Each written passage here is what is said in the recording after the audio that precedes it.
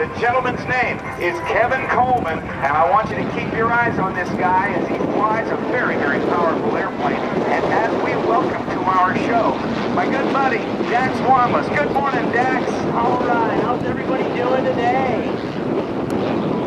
All right, well, you are about to see something very exciting. If you look high in Show Center, you're going to see a red and green airplane.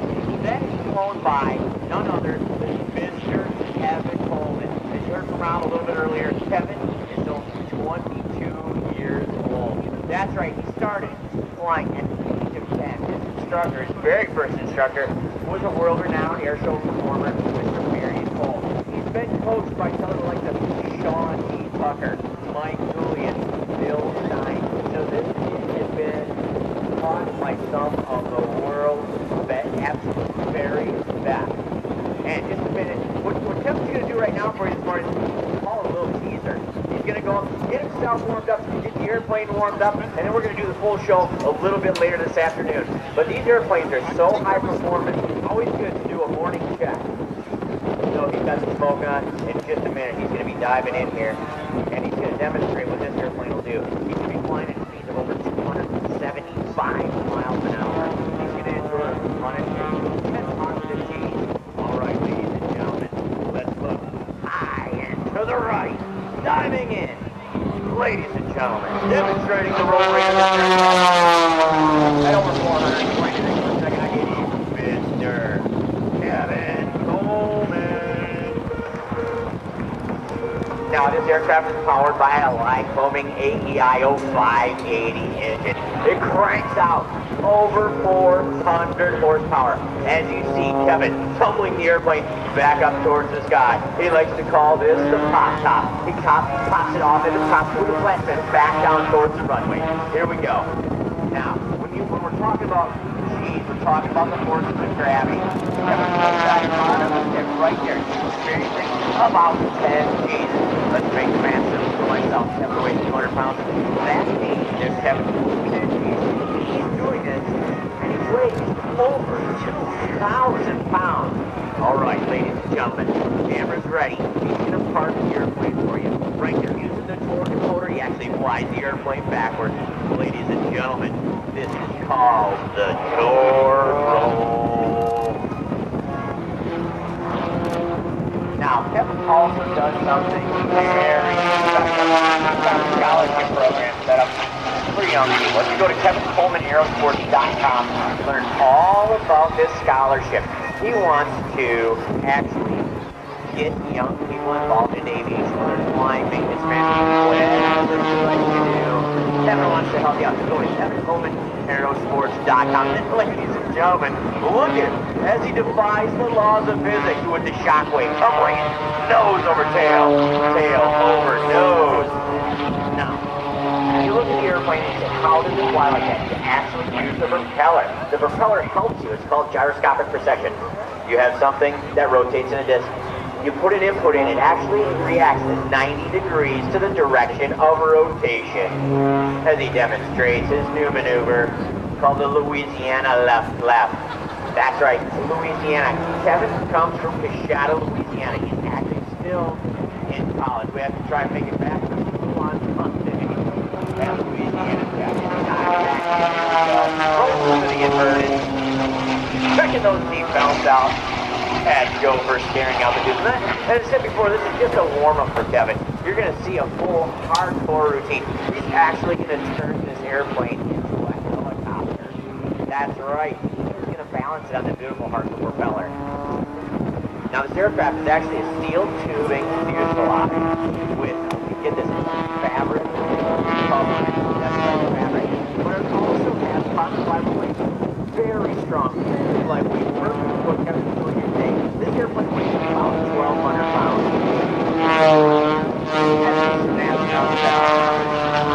What you just saw there was something called a microloop. Very difficult. So the airplane wants to actually stall. So he fights with the airplane to keep it in, basically keep the nose up, coming around. And it's inside the canopy, on the inside of the radius. Now, what you just saw, Kevin, roll the airplane upside down. Talking about positive G's before there's also negative G's. Now, positive G's, you got to squeeze those legs, get the blood back up to the head.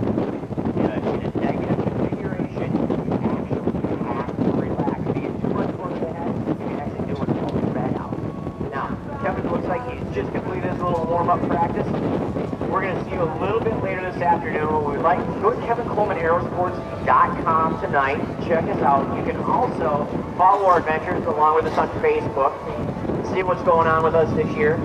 And let's check with my good buddy here, Mr. Rob Ryder. We're going to hand it back to Rob Ryder. In just a minute, we're going to see Bill Left flying the beautiful T6.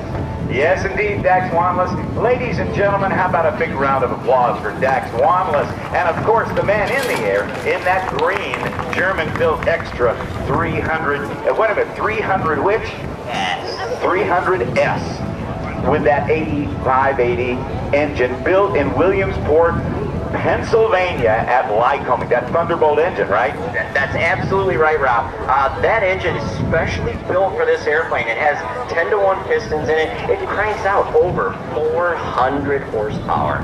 That's incredible. Dax, we'll see you a little bit later on. Thanks, partner, very, very much. Ladies and gentlemen, give it up for Kevin Coleman. Now, we go from one of the most agile aircraft that was ever built. For years, the biplane ruled aerobatic competition, but it was the development of these lightweight composite materials that were very strong, very lightweight, that allowed people like Walter Extra, who designed that airplane in Germany, to get an airplane light enough to be able to respond to what Dax was telling you about with those gyroscopic actions with the torque of the motor.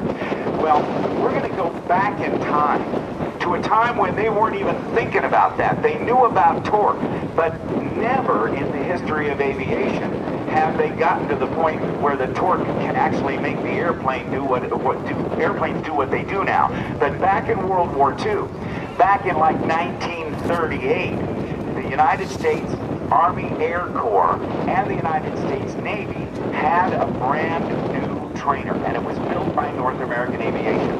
Back in the beginning of the war, when pilots were earning their wings, I should say cadets were trying to earn their wings to become pilots, they had three different phases of training. There was primary training, then there was basic training, and then there was advanced training.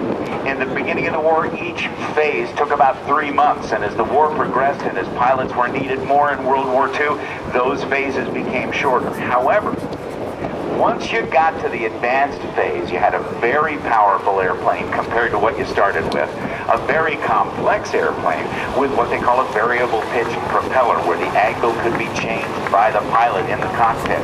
And then you had a retractable landing gear, so the pilot would use a lever to bring the landing gear up inside. It would make it more aerodynamic. And then they had other instrumentation and systems on the airplane that really worked the pilot and prepared that cadet to earn his wings so he could fly combat aircraft.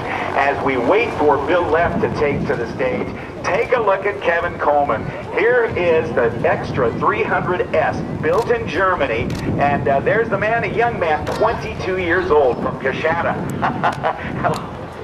Hiya, Kevin. All right. You just said hello to me in my ears here. I was listening on the radio to him. Nice job. Give him a big round of applause. Give him a wave, because he can't hear you applaud, but he can sure see you.